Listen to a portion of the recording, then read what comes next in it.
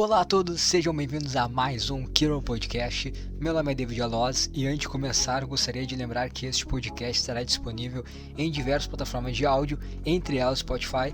Também tem um canal no YouTube chamado Kiro Podcast. Eu convido a todos a seguirem o meu Instagram, o @davidaloz.qp, pois é lá onde eu farei algumas postagens sobre os temas abordados aqui.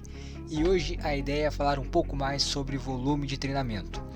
Como a gente viu no podcast anterior, o volume de treinamento é a forma de quantificar o trabalho realizado dentro da academia, sendo o cálculo feito através da quantidade de séries realizadas por grupo muscular, normalmente no intervalo de uma semana. Lembrando que a carga utilizada e o número de repetições interferem no volume, mas o método utilizando somente séries se mostra eficaz e é algo mais simples de ser feito. Também foi abordada a questão de que em exercícios multiarticulares o sinergista tem o mesmo potencial de ganho que teria em um exercício monoarticular, onde sua ação é como agonista. Mas vale salientar que existem questões individuais que podem interferir nisso, então é bom você avaliar a sua resposta. O volume de treinamento ele mostra ter uma relação dose-resposta com a hipertrofia muscular, e isso faz sentido até certo ponto.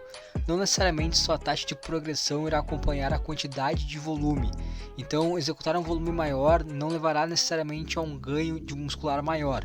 O volume trabalhado ele precisa ser o suficiente para você progredir em seu desempenho e algo no qual você consiga se recuperar para não afetar negativamente a sua taxa de progressão. Em algum ponto você irá parar de ter resultados, chegando em um estado de platô, e o aumento na quantidade de séries muitas vezes não é a resposta. Isso porque ao longo do período de treinamento queremos gerar uma sobrecarga progressiva, seja pelo aumento na carga ou número de repetições.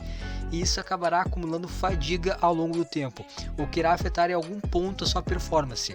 Algo que é esperado e quando bem gerenciado não será algo negativo, o que chamamos de overheat funcional.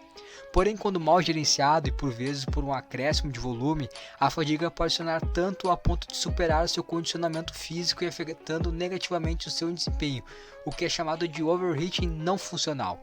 E se for levado a um extremo, pode gerar o famoso overtraining, algo bem difícil de acontecer com quem faz musculação. Vale lembrar também que a recuperação ela não é afetada apenas pelo treinamento.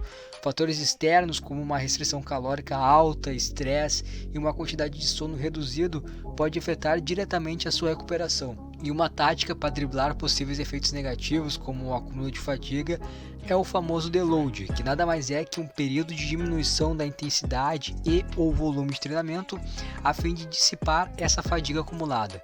Por vezes, o deload ele pode ser mal interpretado como apenas uma forma de descanso e até por vezes sendo visto como uma perda de tempo, mas a ideia dele é justamente garantir a nossa taxa de progressão para não encararmos um período extenso de platô que pode levar até em uma queda de rendimento.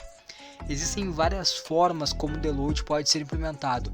Pode ser algo planejado por um período de treinamento ou ajustado para uma semana considerada mais estressante no trabalho ou até mesmo em um período de férias.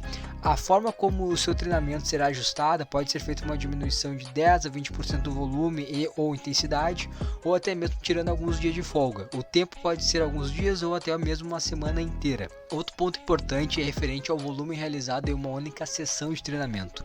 Por vezes o aumento excessivo do volume com uma tentativa de aumentar os ganhos acaba gerando nenhum resultado.